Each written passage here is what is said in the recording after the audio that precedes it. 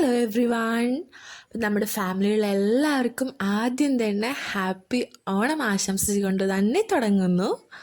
മുമ്പൊക്കെ ഓണത്തിനുള്ള ആളവാട്ടം ദിവസങ്ങൾക്ക് മുമ്പേ അടുക്കളകളിൽ ഒരുങ്ങുമായിരുന്നു അല്ലേ?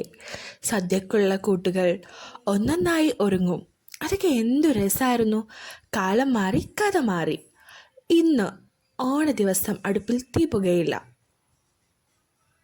ഉണ്ണിയപ്പവും പായസവും സദ്യയും വരെ പാഴ്സൽ. അതിനും ഓൺലൈൻ ബുക്കിംഗ് ആയി. കടയിൽ ഓർഡർ ചെയ്ത് ഗൃഹനാഥൻ ടോക്കണും കൊണ്ട് വെയിലത്ത് ക്യൂ നിൽക്കും.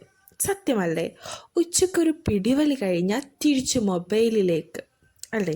നമ്മൾ ഫുഡൊക്കെ കഴിച്ചിട്ട് നമ്മൾ വീണ്ടും എവിടേക്കാ?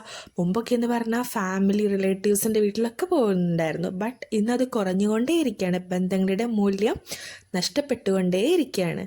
അപ്പോൾ ഇന്ന് എല്ലാവരും മൊബൈലുകളിലാണ് എല്ലാ കാര്യങ്ങളും അറിയുന്നത്. അതും സ്റ്റാറ്റസിലൂടെ അത്രയും മാറി തുടങ്ങി.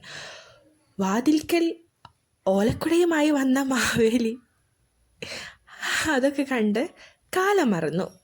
മാവേലിക്ക് കഥയിൽ മുട്ടാൻ പേടി. കാരണമോ? ഹേമ കമ്മിറ്റി റിപ്പോർട്ടിൽ പേര് വന്നാൽ എന്തു ചെയ്യും? മൊബൈലിൽ നിന്നും ഒന്ന് മുഖമുയർത്തിയാൽ ഓണാശംസകൾ നേർന്ന് പോകാമായിരുന്നെന്ന് മഹാബലി. ആത്മഗതം. നാടോടുമ്പോൾ നടുവേ ഓടണമല്ലോ എന്നാണല്ലോ ചൊല്ല്.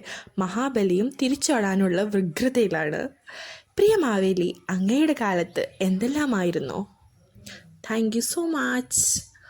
എല്ലാവർക്കും ഓരോ അനുഭവങ്ങളാണ് ഓണമെന്ന് പറയുമ്പോൾ. അപ്പോൾ നമ്മുടെ കുട്ടിക്കാലത്തുള്ളതോ അല്ലെങ്കിൽ ഇപ്പോഴത്തെ മെമ്മറീസ് കാര്യങ്ങളും എല്ലാ കാര്യങ്ങളും എല്ലാവരും ഒന്ന് കമൻറ്റ് ബോക്സിൽ വന്നിട്ട് കമൻറ്റ് ചെയ്യുക. നിങ്ങളുടെ ഓണം എങ്ങനെ ഉണ്ടായിരുന്നു? നിങ്ങളുടെ ആഘോഷങ്ങളൊക്കെ എവിടം വരെയായി? പക്ഷേ നമ്മൾ ഒരു കാര്യം മറക്കരുത്, വയനാട്ടിലെ ദുരന്തം. ഇനിയും അങ്ങനെയുള്ള ദുരന്തങ്ങൾ ആവർത്തിക്കാണ്ടിരിക്കാൻ നമുക്ക് ഈ സുദിന നാളിൽ പ്രാർത്ഥിക്കാം, അവരെ നമുക്ക് സ്മരിക്കാം. ഇത്രയൊക്കെ നമ്മളെ കൊണ്ട് ചെയ്യാൻ പറ്റുള്ളൂ. അപ്പോൾ എല്ലാവർക്കും ഒരിക്കൽ കൂടി happy Onam. All the best guys. Like, share, subscribe.